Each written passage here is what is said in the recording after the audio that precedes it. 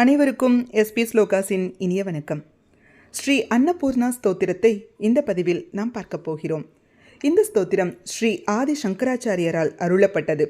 ஸ்ரீ அன்னபூர்ணா ஸ்தோத்திரம் என்பது வாரணாசியின் தாயான அன்னபூர்ணேஸ்வரி தேவிக்கு உரையாற்றப்பட்ட பக்தி பிரார்த்தனை.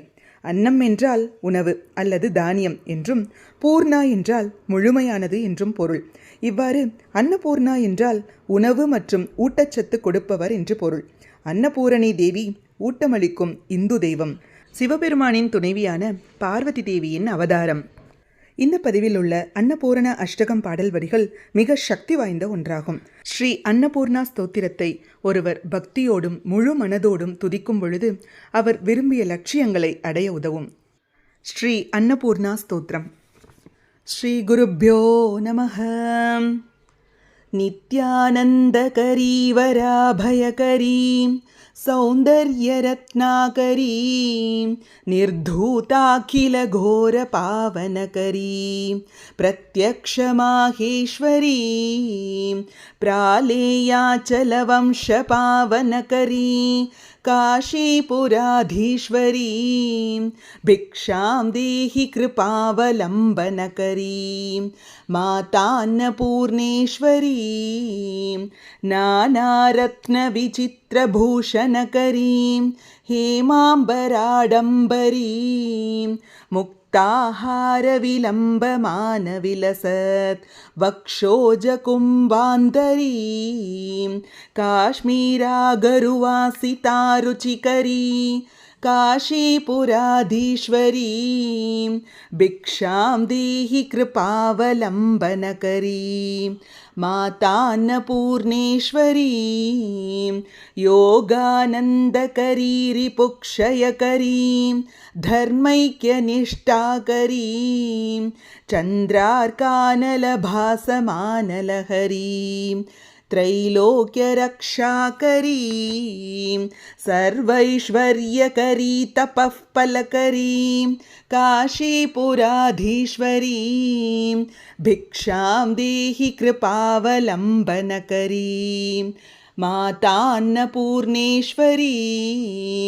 कैलासाचलकन्दरालयकरी गौरी ह्युमाशाङ्करी कौमारी निगमार्तगोचरकरी ह्योङ्कारबीजाक्षरी मोक्षद्वारकवाटपाटनकरी काशीपुराधीश्वरी भिक्षां देहि कृपावलम्बनकरी मातान्नपूर्णेश्वरी दृश्यादृश्यविभूतिवाहनकरी ब्रह्माण्डभाण्डोदरी लीलानाटकसूत्रकेलनकरी विज्ञानदीपाङ्कुरी श्रीविश्वेशमनःप्रसादनकरी काशीपुराधीश्वरी भिक्षां देहि कृपावलम्बनकरी मातान्नपूर्णेश्वरी उर्वी सर्वजयेश्वरी भगवती माता कृपासागरी वेणी नीलसमानकुन्तलधरी नित्यान्नदानेश्वरी साक्षान्मोक्षकरी सदा शुभकरी काशीपुराधीश्वरी भिक्षां देहि कृपावलम्बनकरी मातान्नपूर्णेश्वरी आदिक्षान्तसमस्तवर्णनकरी शम्भोस्त्रिभावाकरी काश्मीरा त्रिपुरेश्वरी त्रिनयनी विश्वेश्वरी शर्वरी स्वर्गद्वारकपाटपाटनकरी काशीपुराधीश्वरी भिक्षां देहि कृपावलम्बनकरी मातान्नपूर्णेश्वरी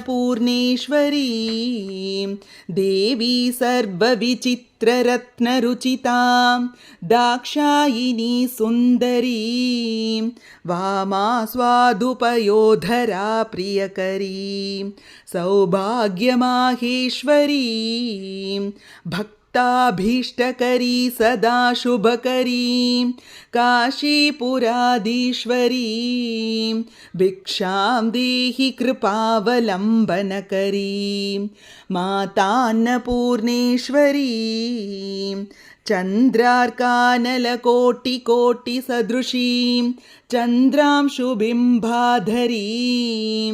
चन्द्रार्काग्निसमानकुण्डलधरी चन्द्रार्कवर्णेश्वरी मालापुस्तकपाशसाङ्कुशधरी काशीपुराधीश्वरी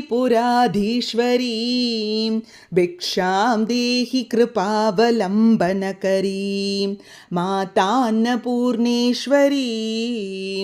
क्षत्रत्राणकरी महाभयकरी माता कृपासागरी सर्वानन्दकरी सदाशिवकरी विश्वेश्वरी श्रीधरी दक्षाक्रन्दकरी निरामयकरी काशीपुराधीश्वरी भिक्षां देहि कृपावलम्बनकरी मातान्नपूर्णेश्वरी